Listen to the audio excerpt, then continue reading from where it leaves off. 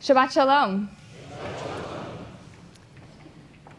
In a kibbutz community meeting, a very quiet man named Yudka slowly stood up to speak, wrote Israeli novelist Chaim Chazaz in his 1942 fictional short story. Yudka never spoke on such occasions, and the room was startled to see him rise. Clearly, something had been on his mind, and it was important enough that even he needed to share it with the room. I want to state, Yudka spoke with an effort, in low, tense tones, that I am opposed to Jewish history. His quiet stammering gave way to an articulate fury. Jewish history is simply boring. It has no adventures, no conquering heroes, no great rulers. All it has is a mob of beaten, groaning, weeping, begging Jews. And you'll agree with me that there's nothing interesting about that. Nothing. If it were up to me, I would simply forbid teaching our children Jewish history. Why on earth should we teach them about the shameful life led by their ancestors? I would just say to them, children, we don't have any history. We haven't had one since the day we were driven into exile. Class dismissed, go out and play football. The fictional Yudka's perspective is attractive. Wouldn't it be nice not to have to teach our children about the Holocaust, about pogroms, about the Inquisition, about exile, about anti-Semitism, about October 7th? What a joy for Jewish learning to only be about studying ethics, connecting to God, eating delicious holiday foods, and celebrating life. Or even, Yudka might concede, if we learned about the serious issues facing the Jewish community and Israel today, but we stopped short of examining their context in history. Wouldn't it just be simpler to focus on the here and now? Isn't it unhealthy to dwell in the past, which is fundamentally unchangeable, when we could just put it behind us and focus on the present and future? Though we can all agree that Yudka's opinion is extreme, and though this story was written in 1942, not 2025, I fear that Yudka's desire to blur Jewish history has only become more popular in recent times.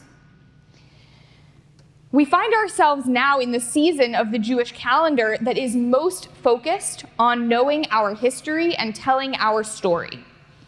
We just celebrated Purim last week, where the central mitzvah is reading the Megillah and reminding ourselves what happened in Shushan long ago. And we are now just a few weeks away from Passover, when we will use the Haggadah, which literally means telling, to tell the story of the Exodus from Egypt. It is impossible to celebrate either of these holidays without reminding ourselves of Jewish history. This Purim to Passover season that we find ourselves in, this is our season of Jewish storytelling. This is the time when we should ask ourselves, what is my personal history, the history of my family?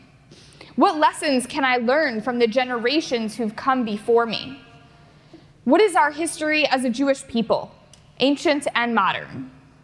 What is the history of the land of Israel, going back thousands of years and going back just decades? What is our history as Americans?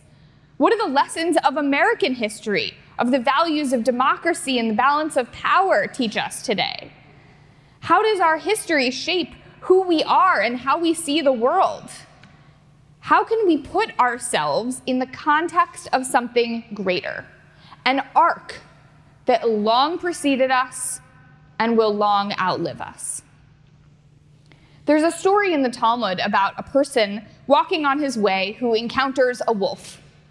The wolf attacks him, he survives it, and everywhere he goes, he shares this story of the wolf attack and his survival. He continues on his journey, and then he encounters a lion.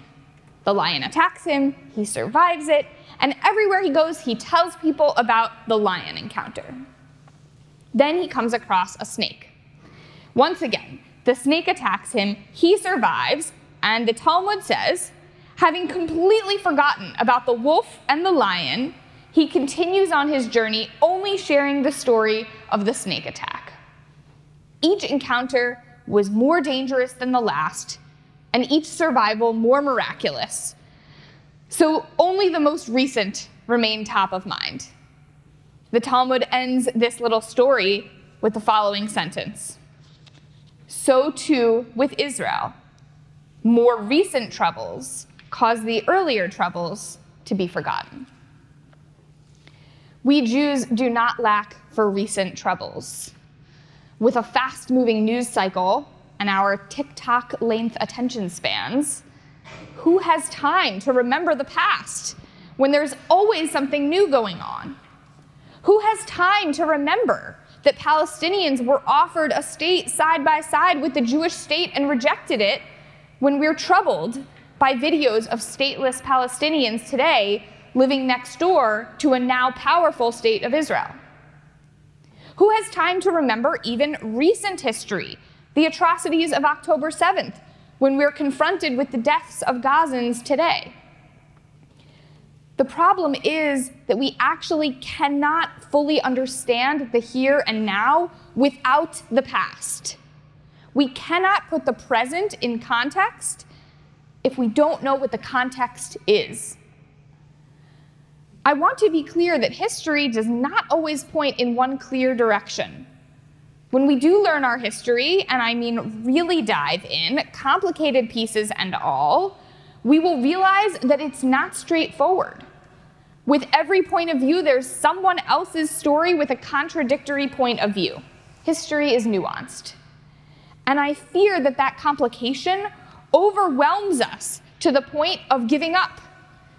We don't want to deal with the headache, so we throw our hands in the air and close the history books entirely. What keeps me up at night is worrying that people, especially young people, especially young American Jews, don't know our history. We know the here and now, that Israel is a powerful state, that Israel has an extreme right-wing government, that Palestinians don't have a state of their own while Jews do, that Jews have been accepted, or so we've come to believe, in American society, that overt anti-Semitism is widely considered unacceptable. We know these facts about the world as it is now. But without the historical context about Israel's leadership and political makeup, about the founding of the State of Israel and the roots of the Israeli-Palestinian conflict, about Jewish history in America, about how anti-Semitism has crept up in different countries at different times in unique ways. Without all that context, we cannot fully make sense of the here and now. We are missing the big picture. I say we because I'm speaking in particular to my own generation, millennials, and to Gen Z. So many young people assume that history doesn't inform the present. That, for example, Israel's history isn't relevant to understanding Israel's current reality and future. That is why we here at PAS are launching the Barron Scholars Program. Rising 11th and 12th graders can apply to participate in a leadership program for next academic year with PAS rabbis, NYU-affiliated professors, activists, and leading experts on Israel and anti-Semitism. Barron Scholars is a brand new initiative to provide meaningful and sophisticated Israel education during that critical time of preparing for college. But I'm not speaking only to millennials and Gen Z. I'm speaking to anyone who isn't actively engaged right now in learning the stories of our past. No matter what your starting point is, whether you're just learning the basics or you're ready to take your knowledge to the next level, consider this your wake-up call to do so. I, along with all of our clergy, am happy to share recommendations if you ask. And for the parents and grandparents in the room, be intentional about how you teach history and the value of history. Think about it as you plan your Seder. And teach this lesson by example, by improving your own knowledge of where we come from and sharing your enthusiasm for this learning with your children and grandchildren. The Yudka believers among us aren't entirely wrong. It's not healthy to dwell in the past, both for us as individuals and as a community. It would not be healthy to spend our days replaying either our past mistakes or our triumphs in our head. Yudka has a point. We can't let the past define us. We do need to be willing at a certain point to move on, to accept whatever our present circumstance is, and then work to create the best possible future based on where we are now. It's why a discussion of October 7th isn't complete without talking about where we are right now and where we hope to be one day. It's why a discussion of the history of Israel and Zionism isn't complete without an acknowledgement of our present reality and what the future of the land could look like. But it's not one or the other.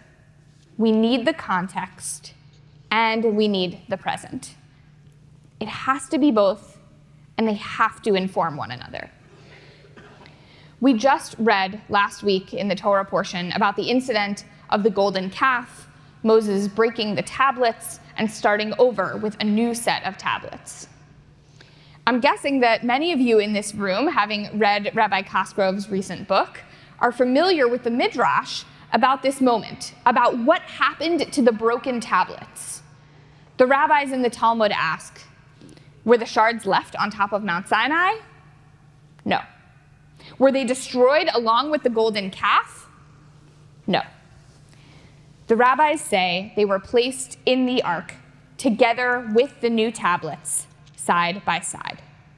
The shattered tablets, of no current ritual or practical purpose, not to mention a painful reminder of a dark and shameful moment in the past, are not discarded, but are honored and forever memorialized side by side with the new tablets. Our history, no matter how painful and no matter how seemingly irrelevant to our modern lives, cannot be discarded. The new tablets only make sense with the old, broken, historical artifact tablets sitting by their side. So too, we can only make sense of who we are and what our world is with the knowledge of where we have been and the stories of our people. Shabbat Shalom.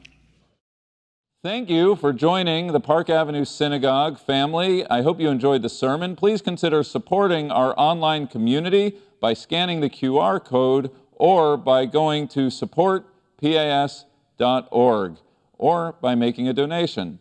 Shalom and see you in Shul.